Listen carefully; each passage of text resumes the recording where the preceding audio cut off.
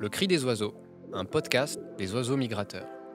Allons à la rencontre de citoyennes et de citoyens engagés pour promouvoir le vivre ensemble.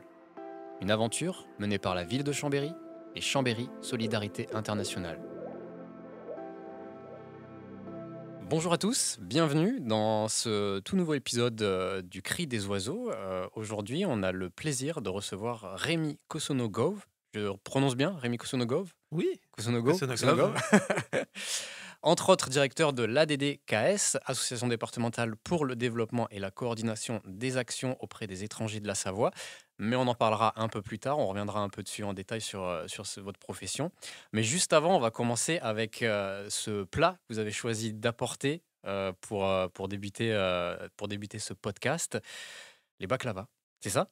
C'est ça. Donc, le baklawa, pour moi, ça évoque deux souvenirs anciens et chouettes à la fois. Donc, je suis allé travailler en Albanie il y a quelques années. Et parmi les choses que j'ai découvertes et les gens que j'ai découverts, un certain nombre fabriquaient et vendaient les baklawas. Et c'est vraiment un bon souvenir de l'Albanie. J'ai retrouvé ensuite les baklawas en France. On accompagnait dans la structure où j'étais une famille qui avait dû fuir l'Algérie et qui a monté un petit magasin qui vendait des pâtisseries et de la boulangerie du Maghreb. Il venait de l'Algérie. Il faisait les baklawas et un jour, je suis allé chercher un couscous parce que j'étais ami avec eux et puis j'allais souvent dans la boutique. Et ce jour-là, il y avait beaucoup, beaucoup de monde et la dame qui tenait le magasin elle m'a dit, bah, tiens, mets-toi derrière une seconde. Il faut que je prépare une commande. Voilà. Ouais. Et puis, bah, je suis resté une seconde, et puis une autre seconde. Et puis la seconde d'après, il y a un client qui est rentré. Et j'ai vendu mon couscous. J'ai revendu mon couscous. Puis j'ai vendu des pâtisseries, dont des baklawas ce jour-là. Voilà. Est-ce Donc, qu'on est sur une pâtisserie, les baklava, très sucrés? alors, c'est une pâtisserie qui est plutôt riche, oui, Ouais. oui, hein. Donc, et il faut qu'on voit un peu le miel qui traverse, Hmm. hein. Donc, c'est des amandes, des noisettes broyées. C'est Ouais. un petit losange, hein, assez épais, assez collant. Et c'est régressif, comme on dit aujourd'hui. Ouais, on voit que visuellement, c'est vrai que ça se voit que c'est très collant, mais en même temps, les papilles sont en alerte quand on est face à cette pâtisserie, parce que effectivement, elle est riche, comme vous Elle est dites. très, très riche. C'est Ouais. un gros travail aussi parce qu'il y a des pâtisseries plus ou moins difficiles à fabriquer. Celle-ci, la pâte, c'est toute une série de pâtes très, très fines, superposées. C'est vraiment un gros travail de fabriquer ça. Et c'est vrai qu'on n'en trouve pas toujours parce que c'est vraiment beaucoup, beaucoup de travail de s'y mettre et de préparer tout ça, quoi. Et on en déguste combien à peu près des Alors là, baklava? c'est selon. Mais c'est selon, mais au bout d'un ou deux, ça va bien quand même. Ouais, c'est bien, on est quand même bien. Oui, Ouais, ouais. oui. Bon, on découvrira ça après le podcast. On en grignotera. Enfin, bon, en tout cas, moi, je vais en grignoter, ça c'est sûr. Avec Après, je grand sais plaisir pas, en ouais, tout cas. voilà. Et on verra combien on arrive à en engloutir. J'essaye de tabler sur 2, on verra bien. On va revenir un peu sur votre parcours aussi. Est-ce que vous pouvez nous parler de vos origines? Vous l'avez un peu détaillé quand on a parlé des pâtisseries, mais revenir un peu sur votre parcours aussi. Alors, moi, j'ai un parcours professionnel autour des questions de solidarité, hein. J'ai travaillé pendant 20 ans au Secours catholique, auprès des publics précaires, en grande précarité. J'étais animateur et c'est ce qui m'a amené à rencontrer un certain nombre de migrants, en particulier des personnes en demande d'asile. Et je vais dire que ça a changé ma vie parce que depuis 20 ans, c'est mon quotidien, hein, de les rencontrer, de les accompagner et puis d'organiser des choses pour que leur accueil se passe aussi bien que possible. Et aujourd'hui, vous êtes directeur de l'ADDKS, c'est ça? Oui. Qui fête cette année ses 40 ans? Alors, on a un tout petit peu plus de 40 ans, mais le Covid nous a Ouais. obligés de décaler un petit peu, ouais, mais 40 ans de vie. D'ailleurs, ce sera fêté pendant le festival Migrant Scène, hein, c'est On ça, hein? fête ça le samedi 13 novembre, effectivement, pendant le festival Migrant Scène cette année. Alors, est-ce que vous pouvez nous expliquer le rôle de l'ADDKS dans son quotidien, dans les valeurs qu'elle porte? Donc la DDKS, c'est une association qui a pour but de travailler pour l'intégration des personnes migrantes, hein, quelles qu'elles soient. Et on a deux façons de faire ce travail-là. Une première qui est auprès des personnes migrantes elles-mêmes, et puis une seconde qui est auprès des acteurs de ce travail-là, des acteurs professionnels, bénévoles du réseau qui les accompagnent. Donc des actions auprès des personnes migrantes, ce sont des actions d'accueil, des dispositifs qui permettent d'accéder à un droit au séjour, à une information, à une compréhension des démarches à faire. Et puis le travail auprès des professionnels, c'est plus un travail de lieu ressources où là, on va être un lieu d'information, d'orientation, de ressources juridiques, de formation beaucoup. On est Mmh. un organisme de formation qui forme à peu près 1 000 personnes par an, donc des professionnels et des bénévoles. Et dans ce travail, l'idée, c'est vraiment d'être une tête de réseau. Donc on a un gros travail de mise en réseau des différents partenaires qui peuvent travailler auprès de ces publics migrants, depuis des gens qui viennent d'arriver, des primo-arrivants, ou des gens qui sont dans un parcours d'intégration un peu plus avancé. Pour vous, ce poste, qu'est-ce qu'il représente, professionnellement ou même humainement, en fait, depuis que vous êtes directeur de la DDKS? Alors c'est une suite de ce que j'avais engagé avant. Pour moi, c'est de mettre en lien ce qui m'anime intimement, hein, sur la volonté d'accueillir et d'accompagner l'autre, et d'en faire aussi quelque chose de professionnel, de faire de son travail vraiment un plaisir, et quelque chose qui respecte ses valeurs et qui permet, oui, de les développer. Voilà. Mmh. Donc, oui, c'est un engagement de toute façon, c'est sûr. Oui. Sensibiliser les plus jeunes aussi, c'est important. J'ai vu sur le site qu'il existait un jeu, Parcours de jeunes migrants, pour sensibiliser les publics. D'ailleurs, j'avais une question à ce propos. Aujourd'hui, qu'est-ce qu'on peut mettre derrière le mot migrant, en fait? Parce que ce jeu un peu décortique, les sans-papiers, étrangers, réfugiés. Aujourd'hui, on entend beaucoup parler de mots migrants, mais c'est beaucoup plus vaste que ça. Alors, dans l'association, j'ai décrit les 2 actions ou les 2 axes de travail auprès des professionnels et auprès des personnes migrantes elles-mêmes. Depuis, bientôt 10 ans, on ajoute une nouvelle dimension qui est vraiment ce travail de sensibilisation, parce que la question des migrations, elle est, maltraitée de notre point de vue. Elle est, souvent méconnue, Mmh. hein, et on a essayé de créer un certain nombre d'outils pour passer quelque chose de notre expérience, de notre connaissance de ces sujets-là, et parfois ça passe par le jeu, mais le festival Migrants Scène, c'est aussi une façon de sensibiliser les personnes qui pourraient s'intéresser à ces sujets-là. Parfois, bah, c'est le jeu qui est le meilleur outil, quoi. Donc, voilà. Donc, dans les questions qu'on essaie de traiter, dans ces temps de sensibilisation, il y en a 2 moi qui sont un peu mes dadas, hein. Le 1er, c'est les mots, hein, donc Mmh. les lettres, et puis deuxième, c'est les chiffres, hein, les chiffres et les lettres, Oui. hein, Mmh. parce qu'il faut tenir ces deux côtés-là. Alors les mots de la migration, bah, comme tous les champs linguistiques, tous les champs sémantiques, ça dit quelque chose déjà. Selon la façon dont on définit les personnes migrantes, personnes exilées, personnes réfugiées, personnes clandestines, on a déjà des images qui apparaissent derrière. Donc on va essayer, nous, de préciser autant que possible à chaque fois qui est qui et à quoi va pouvoir s'attacher ce mot. Alors, personne migrante, c'est tout simplement le fait de décrire une personne qui est installée durablement dans un pays qui n'est pas le sien. C'est ça Oui. la question de la Mais c'est pas migration. né mais c'est pas nécessairement fuir son pays, en fait, parce Non, que dans non, l'inconscient non. collectif aujourd'hui, ça peut être, aussi ce côté, invasion et cetera qui arrive très rapidement. Sauf que des fois, c'est beaucoup plus profond que ça, en fait. Alors, je ne prendrais pas peut-être le mot de profond.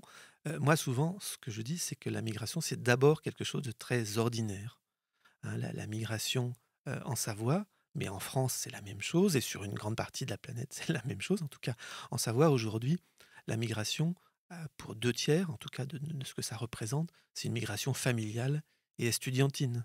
Mmh.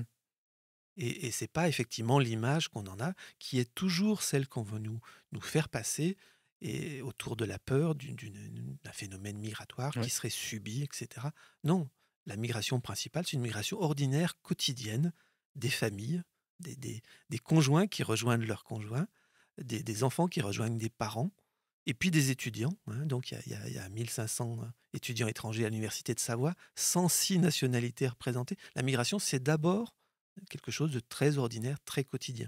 Et puis, il y a une petite partie, en France, en Savoie et à Chambéry également, qui représente une forme de recherche de protection, hein. Donc, c'est une partie qui est importante.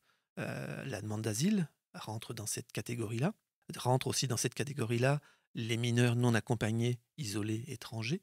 Voilà. Mais c'est qu'une part de la migration, et on ne peut pas résumer toute la migration à des personnes qui fuient pour Ouais. chercher la protection. Puis ensuite, nous, ce qu'on évoque, c'est que souvent les parcours, ils sont plus complexes que nos catégories, et que parfois on peut trouver 2 catégories en une. Je vais vous donner un exemple peut-être pour, illustrer cela. J'ai rencontré il y a quelques années de cela un étudiant, qui était en famille, étudiant à l'université de Savoie, qui était doctorant à l'époque et qui est venu nous voir à la DKS pour dire: «Mais on ne peut pas rentrer dans notre pays». Il avait fini sa thèse, hein, il pouvait pas rester et on l'a aidé à faire sa demande d'asile. C'était les premières demandes d'asile des Syriens à Chambéry et c'est un des fondateurs de l'association, Savoie-Syrie Solidarité. Voilà, pour dire qu'on peut, être dans des parcours qui sont plus complexes que nos cases administratives Mmh. et juridiques. Voilà et puis, parfois, oui, il y a des choses qui changent en cours de parcours. Quelqu'un qui vient pour un motif et puis qui rencontre, l'amour ou qui rencontre, le travail, je ne sais pas. Voilà et le motif du départ est peut-être plus celui qui va le faire rester, ou repartir. Voilà. Donc voilà, la une migration, en tout cas nous, ce qui nous importe, c'est vraiment de rappeler ce côté très ordinaire et puis ce côté ancien. C'est-à-dire que vous prenez dans un groupe quelconque et alors on pourrait jouer à ça ensemble, mais quand vous faites le sondage, vous demandez aux personnes qui sont avec vous, qui a ses 2 parents français, qui a ses 4 grands-parents français, vous allez voir que petit à petit, il y a plein de mains qui se lèvent parce qu'il y a un tiers des Français à peu près qui a un grand-parent qui n'est pas né en France, par exemple. Et Mmh. c'est mon cas. Heu et alors je peux difficilement le cacher avec le nom que j'ai, mais en tout cas, c'est un phénomène ordinaire qui n'est pas récent. C'est depuis que l'homme est homme à peu près qu'il bouge, qu'il se déplace, qu'il change de continent, qui va chercher un mieux vivre ailleurs ou une découverte ailleurs. Donc c'est voilà, c'est pas un phénomène récent, nouveau. Qu'est-ce que ça apporte aussi la migration à un pays, à un État? Déjà l'aspect culinaire, ça apporte aussi de la découverte, Alors, il y a culinaire? des choses sur lesquelles on va être d'accord assez Parce que unanimement. c'est vrai qu'on ne l'explique pas aussi assez, en fait, ce que ça apporte aussi la migration. On reste toujours un peu dans ce côté, de la peur, de l'invasion, mais on n'explique pas clairement ce que ça apporte, comme belle chose aussi à un État. Alors ça apporte des belles choses culinaires effectivement. Ce n'est pas la peine de parler du football ou du handball ou du sport en général. Là, il y aura un consensus. Mais il y a Mmh. aussi évidemment à regarder du côté de la science, de la culture et de l'économie ordinaire. Aujourd'hui, si vous enlevez les migrants, il y a plus d'hôpital, il y a un certain nombre de professions qui n'existent pas parce que ce sont des métiers qui sont, souvent difficiles et que les derniers arrivés vont occuper, en fait. Donc, ils ont une présence dans l'économie qui est très, très forte et qui est essentielle, aujourd'hui, hein. Notamment pour les pays vieillissants aussi. Alors ça, c'est encore une autre question qui est difficile à traiter en France, en tout cas, c'est de voir la migration et l'arrivée de jeunes personnes en France comme une chance, effectivement, dans un pays qui vieillit et qui devra payer de plus en plus de retraites pour des gens qui vivent de plus en plus longtemps et c'est heureux, voilà. Mais les migrants sont jeunes, ils cotisent. Il y a encore une enquête récente là qui vient d'être, publiée sur le gain global apporté par la migration, en France. C'est-à-dire que toutes les études universitaires sérieuses sont, unanimes sur ce point-là. La migration, c'est d'abord un gain pour le pays et puis c'est un gain aussi pour les personnes, c'est un gain pour les pays d'origine avec les transferts d'argent aux familles restées au pays. Enfin tout le monde gagne en fait, tout le monde gagne. Pour vous, cet aspect-là mériterait d'être plus mis en avant aussi par les médias traditionnels, à l'école? Alors Partout, la partout. DDKS le fait déjà dans ses Alors actions on essaie mais pédagogiques. on se sent parfois un peu seul, on se sent un peu, ramé à contre-courant parce que va nous être envoyé effectivement des images ou toujours les mêmes faits divers ou toujours les mêmes remarques et on ne va jamais parler de l'hôpital qui tourne avec des Mmh, médecins ou des soignants, étrangers mmh. et voilà, on prend toujours les mêmes exemples négatifs, les exemples qui sont porteurs de peur uniquement et avec beaucoup de peine à regarder, la chance que ça peut représenter sur bien des points, hein. On a un mouvement là qui se développe, en France autour de jeunes apprentis, par exemple, avec des mouvements de patrons qui se battent pour que leur apprenti puisse obtenir le droit de rester en France avec un titre de séjour pour qu'ils puissent travailler parce que ces employeurs ne trouvent pas, de personnes pour travailler. Il y a un patron boulanger là qui a fait la grève de la faim à Besançon, mais on avait le même exemple à Chambéry, hein, dans une boulangerie de Chambéry.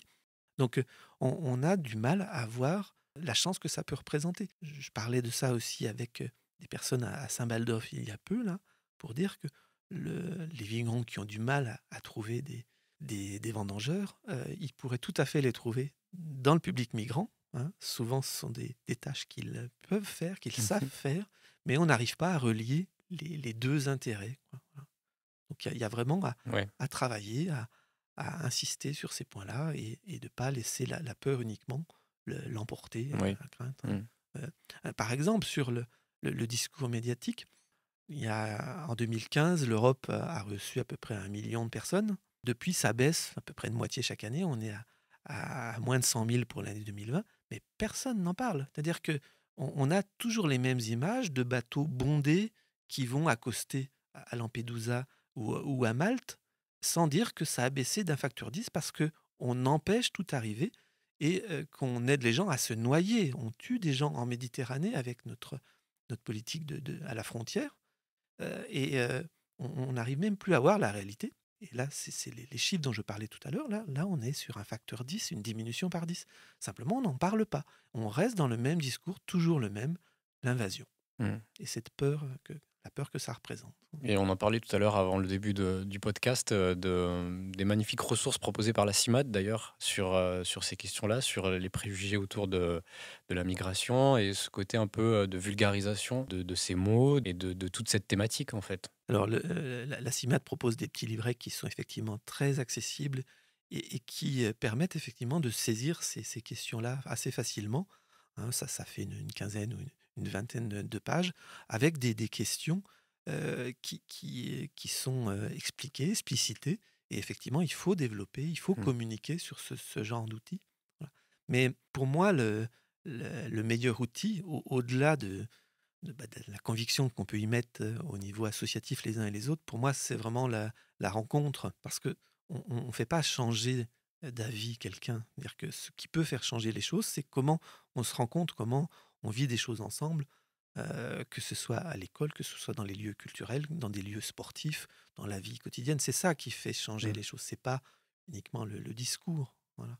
Et c'est ces occasions-là qu'il faut développer, qu'il faut porter, qu'il faut encourager. C'est comment on se croise, comment on se rencontre. C'est ça là, qui fait la vie. Quoi. À Chambéry, en Savoie, qu'est-ce qu'on observe dans les changements autour de la migration, les nationalités les plus représentées Alors peut-être le plus gros changement, c'est la diminution de la présence italienne, Mhm. hein, qui était la première nationalité pendant très longtemps.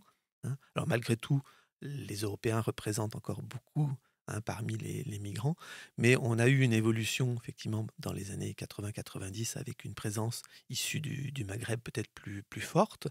Et puis depuis une vingtaine d'années, une grande diversité de nationalités dans les arrivées. Et je mentionne en particulier l'arrivée de la demande d'asile. C'est un phénomène qui n'existait pas ou peu à Chambéry et en Savoie avant le début des années 2000. Et aujourd'hui, il y a des arrivées également en Savoie. Alors, c'est quelques centaines chaque année, mais année après année, on va voir de nouvelles communautés s'installer. Donc, on a vu un certain nombre d'Arméniens.